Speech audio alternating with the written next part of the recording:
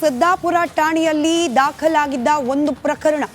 ಸಿದ್ದಾಪುರ ಠಾಣೆಯಲ್ಲಿ ದಾಖಲಾಗಿದ್ದ ಈ ಪ್ರಕರಣಕ್ಕೆ ಸಂಬಂಧಪಟ್ಟಂತೆಯೇ ವಿಚಾರಣೆ ಕೂಡ ನಡೀತಾ ಇತ್ತು. ಅಮಾಯಕರಿಂದ ದಾಖಲೆಗಳನ್ನ ಪಡೆದು ವಂಚನೆ ಮಾಡಿದ ಆರೋಪ.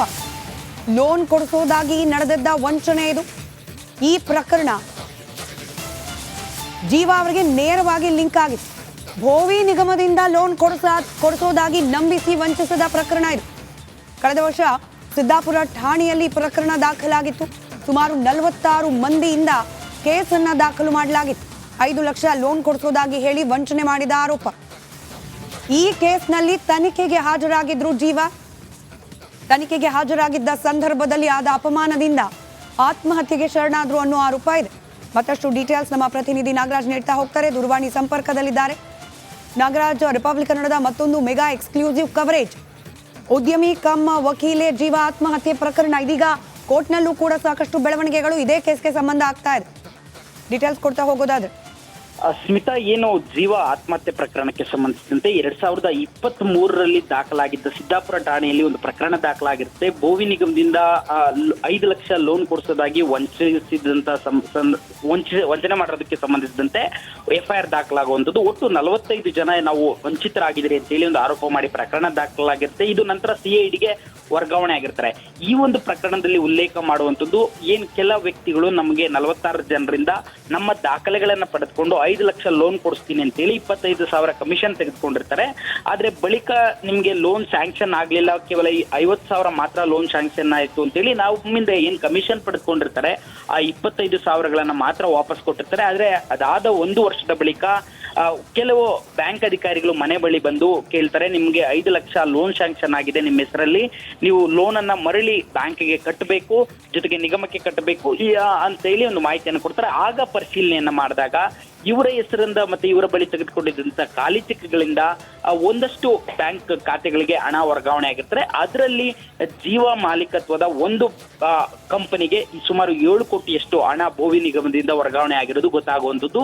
ಈ ನಿಟ್ಟಿನಲ್ಲಿ CID ಅಧಿಕಾರಿಗಳು ಜೀವ ಅವರನ್ನ ವಿಚಾರಣೆಗೆ ಕರೆದಿದ್ರು. ನಂತರ ವಿಚಾರಣೆಯ ವೇಳೆಯಲ್ಲಿ ಸಾಕಷ್ಟು ಹಿಂಸೆಯನ್ನು ಕೊಟ್ಟಿದ್ರು ಅಂತೇಳಿ ಜೀವ 13 ಪುಟಗಳ ಒಂದು ಡೆತ್ ನೋಟ್ ಅನ್ನ ಬರೆದು ಆತ್ಮಹತ್ಯೆಗೆ ಶರಣಾಗಿದ್ದು. ಇದ್ರ ಬಗ್ಗೆ ಈಗಾಗಲೇ ಏನು ಹೈಕೋರ್ಟ್ ಏಕಸದಸ್ಯ ಪೀಠದಲ್ಲಿ ಇವತ್ತು ಬೆಳಗ್ಗೆ ವಿಚಾರಣೆ ನಡಿಬೇಕಾದ್ರೆ ಏನೆಲ್ಲ ಕಿರುಕುಳಗಳನ್ನ ಕೊಟ್ಟಿದ್ದಾರೆ ಅನ್ನೋದನ್ನ 13 ಪುಟಗಳಲ್ಲಿ ಜೀವ ತುಂಬಾ ವಿವರವಾಗಿ ಬರೆದಿದ್ದಾರೆ ಅಂತೇಳಿ ಖುದ್ದು ನ್ಯಾಯಮೂರ್ತಿಗಳೇ ಅಭಿಪ್ರಾಯ ವ್ಯಕ್ತಪಡಿಸಿ ಶುಕ್ರವಾರಕ್ಕೆ ಆದೇಶ ನೀಡುವುದಾಗಿ ಕಾಯ್ದಿರಿಸಿರುವಂತದ್ದು. ಸ್ಮಿತಾ, ಧನ್ಯವಾದ ನಾಗರಾಜ್ ಮಾಹಿತಿಗಾಗಿ.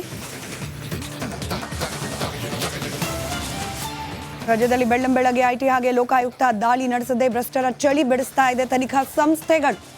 ಬೆಂಗಳೂರು ಸೇರಿದಂತೆ ವಿವಿಧ ಭಾಗಗಳಲ್ಲಿ 25ಕ್ಕೂ ಹೆಚ್ಚು ಕಡೆ ಮೆಗಾ ರೇಡ್ ನಡೆಸಲಾಗಿದೆ. BBMP ಅಧಿಕಾರಿಗಳ ಚಳಿ ಬೆಳೆಸಿದ್ದಾರೆ ಲೋಕಾಯುಕ್ತ ಅಧಿಕಾರಿಗಳು. ಉದ್ಯಮಿಗಳು ಬಿಲ್ಡರ್ಗಳಿಗೆ IT ಆಫೀಸರ್ ಶಾಕ್ ಕೊಟ್ಟಿದ್ದಾರೆ. ಮನೆ ಕಚೇರಿಗಳ ಮೇಲೆ ಏಕಕಾಲಕ್ಕೆ ರೇಡ್ ನಡೆಸಲಾಗಿದೆ. ಇಂಚಿಂಚು ಪರಿಶೀಲನೆಯಲ್ಲಿ ಮುಂದಾಗಿದ್ದಾರೆ ತನಿಖಾಧಿಕಾರಿಗಳು. BBMP ಕಲ್ಯಾಣಾಧಿಕಾರಿ ಲಲಿತಾ ಅವ್ರ ಮನೆ ಹಾಗೆ ಕಚೇರಿ ಮೇಲೂ ಕೂಡ ದಾಳಿಯಾಗಿದೆ. ಉಪ ಹಣಕಾಸು ನಿಯಂತ್ರಕ ಸತ್ಯಮೂರ್ತಿ ಅವರಿಗೂ ಕೂಡ ಬಿಗ್ ಶಾಕ್ ಕೊಡಲಾಗಿದೆ. ಪಶ್ಚಿಮ ವಲಯದಲ್ಲಿ ನಡೆದದ್ದ ಹಗರಣ ಆರೋಪ, ಇದರ ಆಧಾರದ ಮೇಲೆ ನಡೆದಿರುವ ಮೆಗಾ ದಾಳಿ. ಕಲ್ಯಾಣ ವಿಭಾಗದಲ್ಲಿ ನಡೆದದ್ದ ಹಗರಣದ ಹಿನ್ನೆಲೆಯಲ್ಲೂ ಕೂಡ ರೇಡ್ ನಡೆಸಲಾಗಿದೆ. DYSP ಸುನಿಲ್ ವೈ ನಾಯಕ್ ನೇತೃತ್ವದ 8 ತಂಡಗಳಿಂದ ದಾಳಿಯನ್ನ ನಡೆಸಲಾಗಿದೆ. ಮತ್ತಷ್ಟು ಡೀಟೇಲ್ಸ್ ನಮ್ಮ ಪ್ರತಿನಿಧಿ ಮಾದೇಶ್ ನೀಡ್ತಾ ಹೋಗ್ತಾರೆ, ನೇರ ಸಂಪರ್ಕದಲ್ಲಿದ್ದಾರೆ. ಮಾದೇಶ್, 25ಕ್ಕೂ ಹೆಚ್ಚು ಕಡೆಗಳಲ್ಲಿ ಏಕಕಾಲದಲ್ಲಿ ದಾಳಿ ನಡೆದಿರೋದು, ಡೀಟೇಲ್ಸ್ ಕೊಡ್ತಾ ಹೋಗೋದಾದ್ರೆ.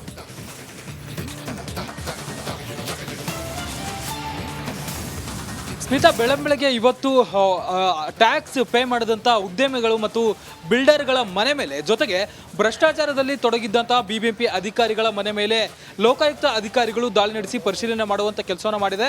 ಒಂದು ಕಡೆ 25 ಕಡೆ IT ಅಧಿಕಾರಿಗಳು ದಾಳಿ ನಡೆಸಿ ಪರಿಶೀಲನೆ ನಡೆಸ್ತಿದ್ರೆ, ಮತ್ತೊಂದು ಕಡೆ BBMP ಅಧಿಕಾರಿಗಳ ಮನೆಗಳ ಮೇಲೆ ಲೋಕಾಯುಕ್ತ ಅಧಿಕಾರಿಗಳು ದಾಳಿ ನಡೆಸಿ ಪರಿಶೀಲನೆ ಮಾಡುವಂಥ ಕೆಲಸವನ್ನು ಮಾಡ್ತಿದ್ದಾರೆ. ಸದ್ಯಕ್ಕೆ ನಾನು ವಯಲೇಕಾವಲ್ ಬಳಿ ಇರುವಂತಹ BBMP ಅಧಿಕಾರಿ ಸತ್ಯಮೂರ್ತಿ ಅವರ ಮನೆ ಬಳಿ ಇದ್ದೀನಿ. ಈ ಒಂದು ಮನೆಯಲ್ಲಿ ಬೆಳಗ್ಗೆ 6:30 ಸುಮಾರಿಗೆ ರೇಡ್ ಮಾಡಿ ಪೊಲೀಸರು ಲೋಕಾಯುಕ್ತ ಪೊಲೀಸರು ದಾಳಿ ನಡೆಸಿ ಪರಿಶೀಲನೆ ಮಾಡುವಂಥ ಕೆಲಸವನ್ನು ಮಾಡ್ತಿದ್ದಾರೆ. ಯಾಕಂದರೆ ಉಪ ಹಣಕಾಸು ವಿಭಾಗದ ನಿಯಂತ್ರಕ ಅಧಿಕಾರಿಯಾಗಿರುವಂಥ ಸತ್ಯಮೂರ್ತಿ ಅವರ ಒಂದು ವಿಚಾರದಲ್ಲಿ ಈ ಮುಂಚೆ ಕಲ್ಯಾಣ ವಿಭಾಗದಲ್ಲಿ ಸಾಕಷ್ಟು ಅಕ್ರಮ ಹಣಗಳ ವರ್ಗಾವಣೆ ಆಗಿತ್ತು ಅನ್ನುವಂಥ ಒಂದು ಆರೋಪ ಇತ್ತು. ಇದಕ್ಕೆ ಸಂಬಂಧಪಟ್ಟಂತೆ ಈ ಮುಂಚೆ ಲೋಕಾಯುಕ್ತದಲ್ಲೂ ಕೂಡ FIR ಆಗಿತ್ತು. ಆ ಒಂದು ಪ್ರಕರಣಕ್ಕೆ ಸಂಬಂಧಪಟ್ಟಂತೆ ಮುಂದಿನ ತನಿಖಾ ಹಾದಿಯನ್ನು ಹಿಡಿದಿರುವಂಥ ಲೋಕಾಯುಕ್ತ ಅಧಿಕಾರಿಗಳು ತನಿಖೆಯನ್ನು ಮಾಡುವಂಥ ಕೆಲಸವನ್ನು ಮಾಡ್ತಿದ್ದಾರೆ. ಮತ್ತೊಂದು ಕಡೆ ಕಲ್ಯಾಣ ಅಧಿಕಾರಿ ಆಗಿರುವಂತಹ ಲಲಿತಾ ಅವರ ಮನೆ ಅಂದರೆ ಶ್ರೀರಾಮ್ಪುರ ಬಳಿ ಬರುವಂತಹ ದೇವಯ್ಯ ಪಾರ್ಕ್ ಬಳಿ ಇರುವಂಥ ಅವರ ಮನೆ ಮೇಲೆ ಮತ್ತು ಅವರಿಗೆ ಸಂಬಂಧಿಸಿದಂಥ ಕಚೇರಿಗಳ ಮೇಲೆ ದಾಳಿ ನಡೆಸಿ ಪರಿಶೀಲನೆ ಮಾಡುವಂಥ ಕೆಲಸವನ್ನು ಮಾಡ್ತಿದ್ದಾರೆ. ಸುಮಾರು 8 ತಂಡಗಳಿಂದ SP Bengaluru city Lokayukta SP ಆಗಿರುವಂಥ ಶ್ರೀನಾಥ್ ಮಹಾದೇವ್ ಜೋಶಿ ಅವರ ನೇತೃತ್ವದಲ್ಲಿ ದಾಳಿ ನಡೆಸಿ ಪರಿಶೀಲನೆ ಮಾಡುವಂಥ ಕೆಲಸವನ್ನು ಮಾಡ್ತಿದ್ದಾರೆ. ಮತ್ತೊಂದು ಕಡೆ ಯಾರ್ಯಾರು ಆದಾಯ ತೆರಿಗೆ ವಂಚನೆ ಮಾಡಿದ್ದಾರೆ ಅವರ ಉದ್ಯಮಿಗಳಾಗಿರ್ಬೋದು ಮತ್ತು ಬಿಲ್ಡರ್ ಅವರ ಮನೆಗಳ ಮೇಲೆ ಮತ್ತು ಕಚೇರಿಗಳ ಮೇಲೆ ದಾಳಿ ನಡೆಸಿ IT ಅಧಿಕಾರಿಗಳು ಬೆಳ್ಳಂಬೆಳಗ್ಗೆ ಶಾಕ್ ಕೊಟ್ಟಿದ್ದಾರೆ. ಅವರಿಗೆ ಸಂಬಂಧಪಟ್ಟಂತೆ ಅಂದರೆ ದೊಡ್ಡ ದೊಡ್ಡ ಉದ್ಯಮಿಗಳಾಗಿರ್ಬೋದು ಮತ್ತು ಬಿಲ್ಡರ್ಗಳಾಗಿರ್ಬೋದು ಯಾರೆಲ್ಲ ತೆರಿಗೆಯನ್ನು ಪಾವತಿ ಮಾಡಿಲ್ಲ ಅವರ ಇನ್ಫಾರ್ಮೇಷನನ್ನು ಪಡೆದು ಸುಮಾರು 25 ಕಡೆ ಬೆಂಗಳೂರಿನ ಬನಶಂಕರಿ ಮತ್ತು ಕತ್ರಿಗುಪ್ಪೆ ಸೇರಿದಂತೆ ಬೇರೆ ಬೇರೆ ಕಡೆ 25 ಭಾಗಗಳಲ್ಲಿ ದಾಳಿ ನಡೆಸಿ ಪರಿಶೀಲನೆ ಮಾಡುವಂಥ ಕೆಲಸವನ್ನು IT ಅಧಿಕಾರಿಗಳು ಕೂಡ ಮಾಡ್ತಿದ್ದಾರೆ. ಇಲ್ಲಿವರೆಗೂ ಕೂಡ ಅವರ ಬ್ಯಾಂಕ್ ಟ್ರಾನ್ಸಾಕ್ಷನ್ ಆಗಿರ್ಬೋದು ಮತ್ತು ಅವರ ವ್ಯವಹಾರಗಳಿಗೆ ಸಂಬಂಧಪಟ್ಟಂಥ ಎಲ್ಲ ಡೀಟೇಲ್ಸ್ಗಳನ್ನು ಪರಿಶೀಲನೆ ಮಾಡುವಂಥ ಕೆಲಸವನ್ನು ಮಾಡ್ತಿದ್ದಾರೆ. ಜೊತೆಗೆ ಅವರಿಗೆ ಸಂಬಂಧಪಟ್ಟಂಥ ಯಾವೆಲ್ಲ ಬ್ಯಾಂಕ್ನಲ್ಲಿ ಅಕೌಂಟ್ಗಳಿದೆ ಆ ಒಂದು ಟ್ರಾನ್ಸಾಕ್ಷನ್ಗಳು ರೀಸೆಂಟಾಗಿ ನಡೆದಿರುವಂಥ ಟ್ರಾನ್ಸಾಕ್ಷನ್ಗಳು ಜೊತೆಗೆ ಇಲ್ಲಿವರೆಗೂ ಕೂಡ ಅವರ ಆದಾಯ ಎಷ್ಟಿರುತ್ತೆ, ವಾರ್ಷಿಕ ಆದಾಯ ಎಷ್ಟು ಮತ್ತು ಇವರು ವಾರ್ಷಿಕವಾಗಿ ಎಷ್ಟು ಆದಾಯ. ರೈಟ್, ಧನ್ಯವಾದ ಮಾದೇಶ್ ಮಾಹಿತಿಗಾಗಿ.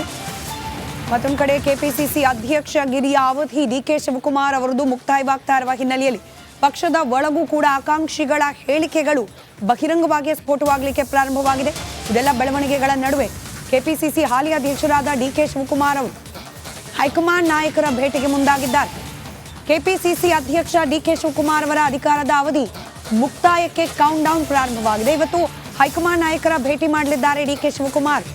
KPCC ಸಾರಥ್ಯ ಯಾರಿಗೆ ಕಟ್ಟಬೇಕು ಅನ್ನೋ ಬಗ್ಗೆ ಚರ್ಚೆಯನ್ನು ನಡೆಸಲಿದ್ದಾರೆ. ಈಗಾಗಲೇ ರೇಸ್ನಲ್ಲಿ ಸತೀಶ್ ಜಾರಕಿಹೊಳಿ ಇದ್ದಾರೆ, MB ಪಾಟೀಲ್ ಇದ್ದಾರೆ.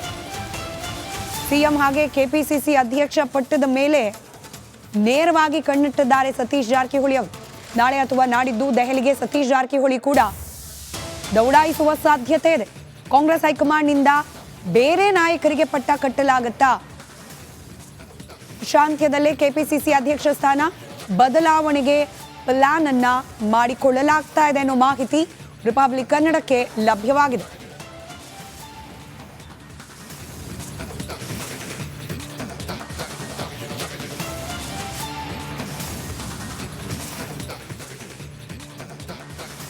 ರಾಜ್ಯದಲ್ಲಿ ಕಾಂಗ್ರೆಸ್ ಪಕ್ಷ ನೆಲಕಚ್ಚಿದ ಸಂದರ್ಭದಲ್ಲಿ ಸಾರಥ್ಯವನ್ನು ವಹಿಸಿಕೊಂಡವರು DK ಶಿವಕುಮಾರ್ ಅವರು.